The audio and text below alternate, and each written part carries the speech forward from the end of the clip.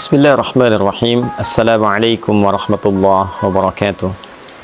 الحمد لله رب العالمين الذي رزقنا بنعمة رمضان المبارك، فنحمده حمدا كاملا ونشكره شكرا تاما على هذه النعمة الكبيرة، والصلاة والسلام على رسول الله سيدنا محمد الذي رزقنا بكوننا أمة له، فصلوات الله عليه وسلامه التام الذي دلنا على خير العمل في هذا الشهر المبارك.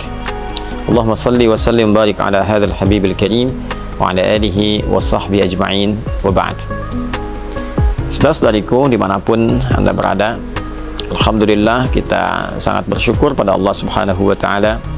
Tahun ini kita kembali diberikan kesempatan untuk mendapati, menemui, dan memaksimalkan potensi kita untuk beribadah di bulan Ramadan yang penuh dengan berkah, penuh dengan limpahan kasih sayang Allah Subhanahu wa Ta'ala, yang tidak semua hamba-hamba Allah mendapati kesempatan yang sangat berharga, istimewa, dan membahagiakan ini.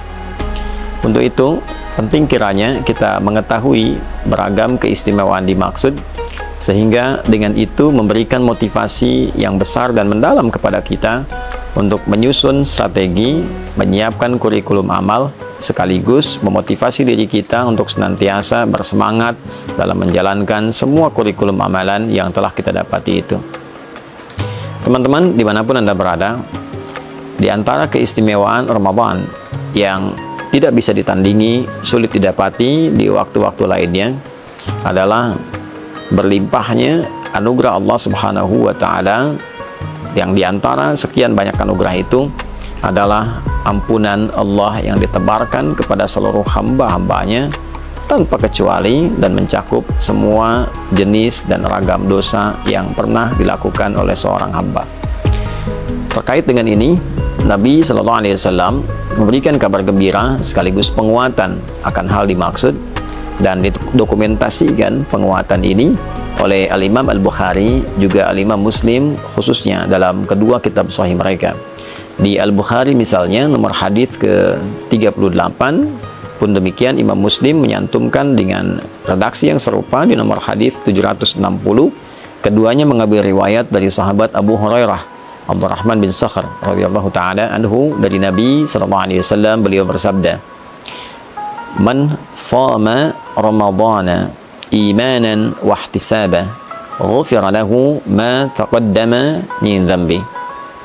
Man, siapapun, mencakup laki-laki, perempuan, besar, kecil, tua, muda, apapun profesinya. Dan ini sifatnya secara personal. Ketika disebutkan man, artinya menunjuk secara personal. Dan dia memiliki juga keumuman makna. Artinya berlaku secara personal, namun dibuka umum bagi siapapun, baik laki-laki, perempuan, dengan segala sifat yang telah tadi kami sebutkan. Artinya peluang ini seakan-akan Nabi memberikan beritanya secara personal kepada kita. Wahai Adi Hidayat, wahai fulan, wahai fulana, man shama Ramadana, siapapun di antara Anda yang mampu menunaikan puasa Ramadan. Perhatikan kalimatnya, kata puasa dimaksud sama diikat dengan waktu Ramadan. Jadi tidak ditemukan di waktu-waktu yang lain. Tidak di puasa Rajab misalnya, tidak di puasa Sya'ban misalnya, tidak di bulan hurum-hurum yang lain, tidak di puasa Arafah, tidak di puasa Asyura dan yang lainnya, tidak di Ayyamul Bid, tidak di hari Senin dan Kamis. Ini hanya khusus mencakup di bulan Ramadan. Man shama Ramadana, siapapun yang mampu menunaikan puasa Ramadan. Dan kita ketahui Ramadan itu jumlahnya selama sebulan. Ya, di Al-Baqarah ayat 185 jelas Allah menggabungkan kata syahr yang menunjuk pada waktu selama sebulan dengan kata Ramadan dalam momentum penurunan Al-Quran. Syahrul Ramadan alladzi unzila fihi Al-Quran. Di bulan Ramadan itu yang diturunkan Al-Quran di dalamnya, itulah kemudian waktu yang menjadikan kita wajib menunaikan puasa selama sebulan penuh. Artinya dalam konteks menunaikan puasa ini di bulan Ramadan ini waktunya terbentang selama sebulan. Siapapun yang mampu menunaikan puasa Ramadan dari hari pertama, hari kedua, sampai yang terakhir selama sebulan, dengan catatan imanan wahtisaba.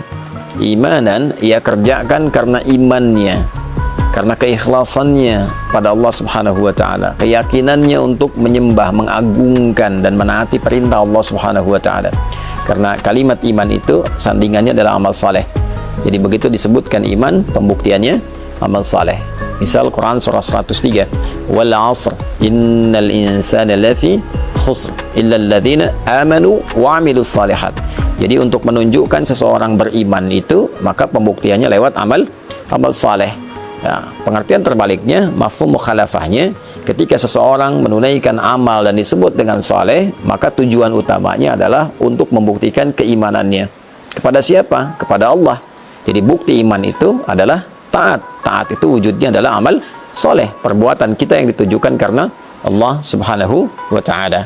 Karena itulah ketika satu kata yang menunjuk pada ibadah kemudian disandingkan dengan kata iman, ingin memberikan kesan bahwa syarat penunaian ibadah itu dianggap benar, dianggap baik jika memang ditujukan untuk kepentingan imannya, dalam arti dilakukan karena Allah Subhanahu wa ta'ala. Karena kalimat iman pertama dalam Al-Quran dan disifati dengan kata ghaib, wujudnya adalah penyembahan dalam bentuk salat. Al-Baqarah ayat ketiga, alladzina yu'minuna bil ghaibi wa yuqimunas shalah. Itu orang-orang takwa, itu orang yang mampu mengimplementasikan imannya ketika dia yakin pada Allah walaupun belum tampak dalam pandangannya, lalu dia buktikan keyakinan yang kuat itu dengan cara menyembahnya melalui salat. Maka dari itu ketika puasa diikat dengan kata iman, ini ingin memberikan kesan batasan bahwa orang-orang yang akan mendapatkan jaminan keistimewaan di bulan Ramadan ini adalah syarat pertamanya dia menunaikan puasanya hanya karena Allah, untuk membuktikan keimanannya kepada Allah. Itulah sebabnya pembuka kewajiban puasa ayatnya diawali dengan kata panggilan iman. Ya ayyuhalladzina amanu. Al-Baqarah ayat 183. Hai semua orang yang telah menyatakan beriman. Kutiba alaikumussyam. Dengan imanmu itu diwajibkan engkau mengimplementasikannya dengan cara menunaikan ibadah puasa di bulan Ramadan. Karena itulah kemudian penunaian puasa ini bukan hanya dikerjakan karena orang lain berpuasa, bukan hanya dikerjakan untuk membuat sebuah status di lingkungan kehidupan sosial, bukan hanya dikerjakan motivasinya untuk mendapatkan bukaan. Ya kalau niatnya dapat dunia. Saya pengen buka di masjid yang ada bukaannya mewah, ada takjilnya, ada sahurnya, ya secara adat sah dilakukan, tapi secara timbangan fikih dia hanya akan mendapatkan bagian bukaannya saja. Dia dapat makan, dia dapat minuman, tapi potensi keistimewaan yang mungkin dia bisa dapatkan sangat tipis kemudian untuk bisa dia raih. Syarat pertama. Yang kedua, wahtisaba.